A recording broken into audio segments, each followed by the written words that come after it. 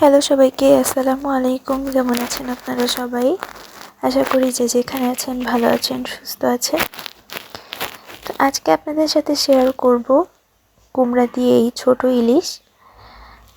তো সবাই দেখতে থাকুন এবং আমাদের সঙ্গে থাকুন। আর আপনারা অবশ্যই কমেন্ট করবেন কুমড়া দিয়ে ইলিশ মাছ কে কে রান্না করে খেয়েছেন। তো প্রথমে আমরা কুমড়াটা সুন্দর করে কেটে নিই, যেমনটা তরকারিতে দেওয়া হবে, কিউব কিউব করে যেমনটা তরকারিতে দেওয়া হয় তেমনটাই আমরা কেটে নিচ্ছি। আমরা সচরাচর বাসায় যেভাবে করে রান্না করে খেয়ে থাকি সেভাবে করে আপনাদের মাঝে শেয়ার করি। খুব এক্সপেন্সিভ বা খুব চাকচিক্যভাবে শেয়ার না করার চেষ্টা করি। যেভাবে করে বাসায় রান্না করা হয় সেভাবে করে রান্না করি। তো কুমড়াগুলো এই যে কেটে সুন্দর করে ধুয়ে নেওয়া হয়ে গেছে। এর পরবর্তীতে আমরা মাছটাও কেটে নিব। তো আমরা এইভাবে করে ডুমো ডুমো করে কুমড়াটা কেটে নিয়েছি। এখন আমরা মাছটা কেটে নিব। তো মাছটা কিন্তু ছোট সাইজের, অনেক বেশি ছোট, মনে হয় 1 বিঘাতের একটু বড় হবে মাছটা। তো এই মাছটা খেতে কিন্তু স্বাদ ছিল। ইলিশ মাছ খুবই ছোট, তবে এটার স্বাদটা কিন্তু খুব ভালো ছিল। তো এটা সুন্দর করে কেটে নিই। একটা মাছের 3 পিস হয়েছে, তো বুঝতে পারছেন কতটা ছোট। তো 3 পিস করে কেটে নিলাম মাছটা সুন্দরভাবে।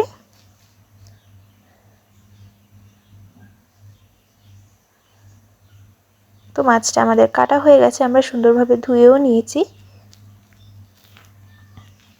এখন আমরা মশলা উপকরণ দেখিয়ে নিই।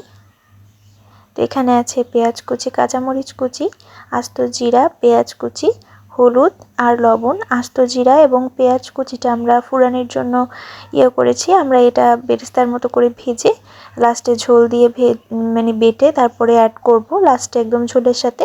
তো তার আগে হলুদ লবণ দিয়ে ঝালের গুঁড়া দিয়ে মাছটাকে মাখিয়ে রেখে দিব। আজকে মাছটা ভাজবো না, ইলিশ মাছটাকে আজকে কষিয়েই রান্না করব। তো দেখতেই থাকুন আপনারা। তো প্রথমে তেল দিয়ে ফুরানিটা ভেজে নিব।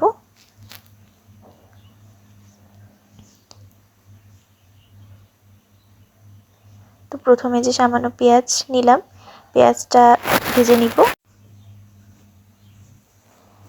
তো পেঁয়াজটা ভেজে তুলে নিলাম। এখন কাঁচামরিচ এবং আর একটু পেঁয়াজ দিয়ে মশলাটা কষিয়ে নেব। আজকে মশলা কষিয়ে হালকা করে মশলা কষাবো। কুমড়ায় মশলা দিলে কোনো প্রবলেম হয় না, যেহেতু আমরা ইলিশ মাছ খাবো। তো ইলিশ মাছে বেশি স্পাইস বা মশলাই অ্যাড করলে ইলিশ মাছের স্বাদটা কিন্তু ইলিশ মাছের মতো থাকে না। যেহেতু ইলিশ মাছটা খুব অথেন্টিক একটা ঘ্রাণ স্বাদ, তো ওইটার স্বাদটা আসলে থাকে না। যার কারণে আমরা মশলাটা খুবই কম ইউজ করেছি। তো এর মধ্যে পেঁয়াজ, ঝাল, একটু হালকা করে রসুন বাটা, হলুদ, লবণ এবং পানি দিয়ে মশলাটা সুন্দর করে কষিয়ে নিতে হবে। যখন মশলাটা সুন্দরভাবে কষিয়ে যাবে তখন এর মধ্যে আমরা হলুদ, লবণ, ঝালের মরিচের গুঁড়া দিয়ে যে মাছটা মাখিয়ে নিয়েছিলাম সেটা কিছুক্ষণের জন্য কষিয়ে নিব। এভাবে করে উল্টে পাল্টে দিচ্ছি যাতে মাছের মধ্যে মশলাটা খুব সুন্দরভাবে ঢুকে যায়। তারপরে অল্প করে পানি দিয়ে ঢেকে দিলাম। এটা আসলে কষানোর পানি, মাছটা কষানোর পানি।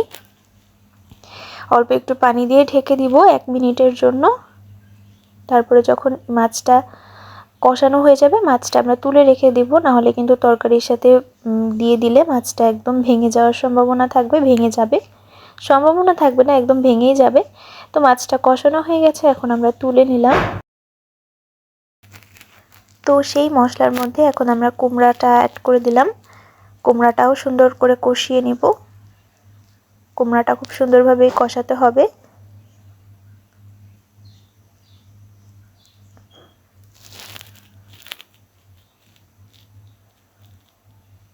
তো কুমড়াটার কষানোর জন্য অল্প একটু পানি অ্যাড করলাম।